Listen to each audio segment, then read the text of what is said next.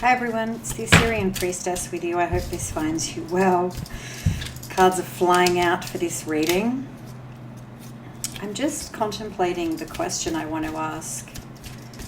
I think the question I'm going to ask for this reading is, what can we do to best overcome our inner conflict? What can the collective do to overcome our inner conflict? Now, most of you probably already know what to do. This is for those who don't know what to do. Sometimes the tarot can be a really fantastic self-reflective tool. First card out, the inner conflict card, the Five of Wands.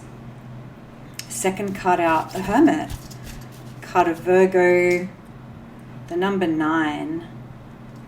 Here we have the god Anu. What can the collective do to overcome our inner conflict? Let's take 2 rows out to begin.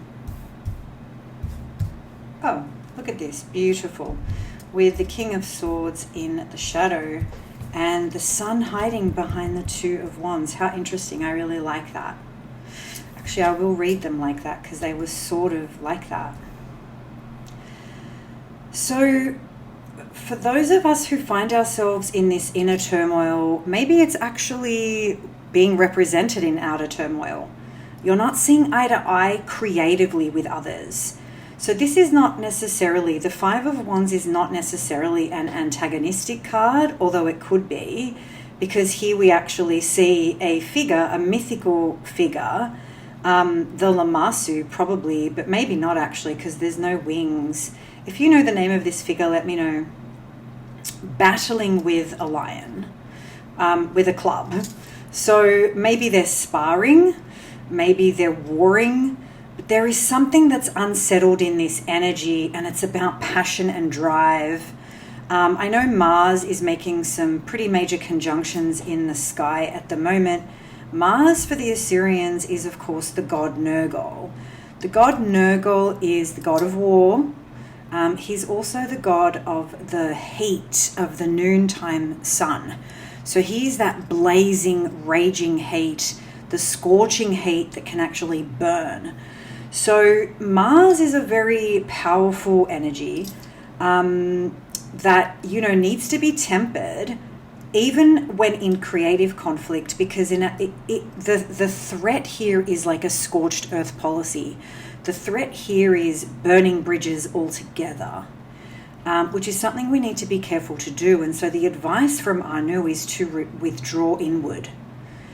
Go to your inner knowledge, go to your inner wisdom, and maybe temper this fire energy with water energy. So what does that look like? Go and visit the seaside, even if it's just to go for a walk, or for a drive, to just look and be around water, to contemplate water. You might actually go swimming as a physical activity, as a somatic therapy to balance and counteract the conflicting energy inside you. You might even invite the people you're in conflict with to go swimming if that's appropriate. But definitely the answer here is not to write a letter or act in any way. The advice in row 1, how can we best temper our inner conflict, is to look inward, take our time. The Hermit and Virgo takes their time, and do some somatic therapy that is gentle.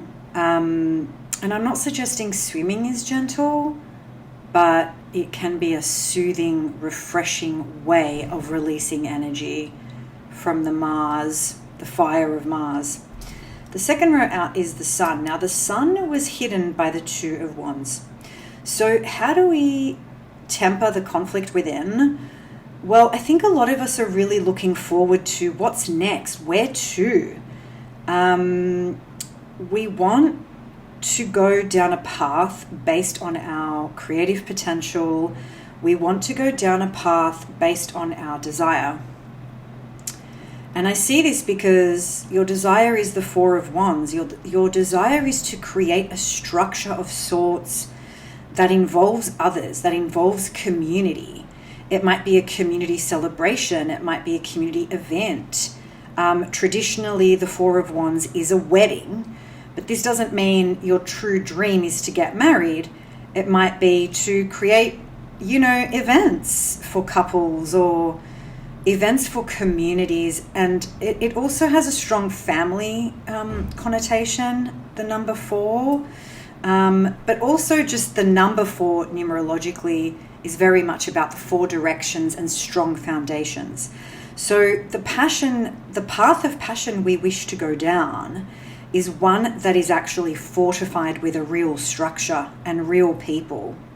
And there's something you don't see yet that you will see soon with the sun. So you may consider a devotional practice to the god Shamash. In the language of Assyrian, Shamasha is actually like a modern day priest. So I don't know if that's appropriate to you, but maybe speaking to someone in your faith community, having a chat to an elder or a wise person of sorts. I don't know why I'm saying that, but it's just coming out with the Sun card. The Sun card doesn't usually say to do that, but there it is. Let me know what you think in the comments if that's appropriate. And of course there is a female equivalent of Shamashta, so it's not gender specific. The final row here is the Two of Swords. What can we do to temper our inner conflict? Interestingly, the Two of Swords has come out. Now, traditionally, the Two of Swords is the person who doesn't know what move to make next. But here I really love Sandra Tabitha Cicero's point of view, because it's the treaty card. It's the making peace card. Making peace with our inner conflict. How do we do that? It's the world reversed, which really is not a reversal at all. Go and see the world. Go and travel. Go and see how other people do it. This thing that has you conflicted. Maybe you need a break. Maybe you need to travel. Maybe you need a different point of view. Maybe you're at a completion point.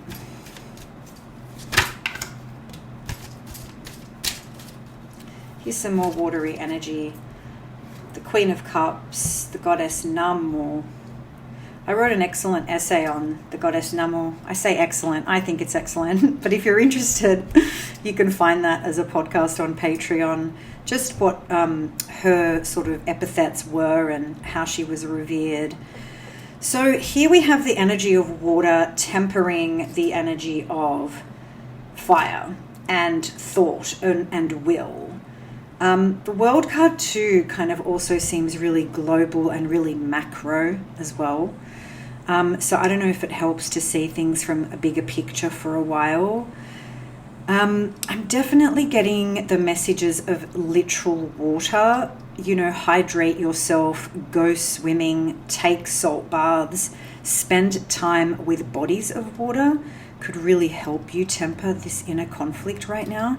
Maybe even have some realizations and take you to the next level. Because I think having the World card and the Queen of Cups, there is a leveling up here that will occur. And you will be better placed to offer this thing to the world or have it offered to you with some tempering of your energy. So, yeah, let's leave it there. I hope this served you well. Please give me a like if it did. It really helps support my channel and I appreciate it so much. And if you've stayed with me till this time, I will leave you as always with my love and courage. Until we meet again, bye for now.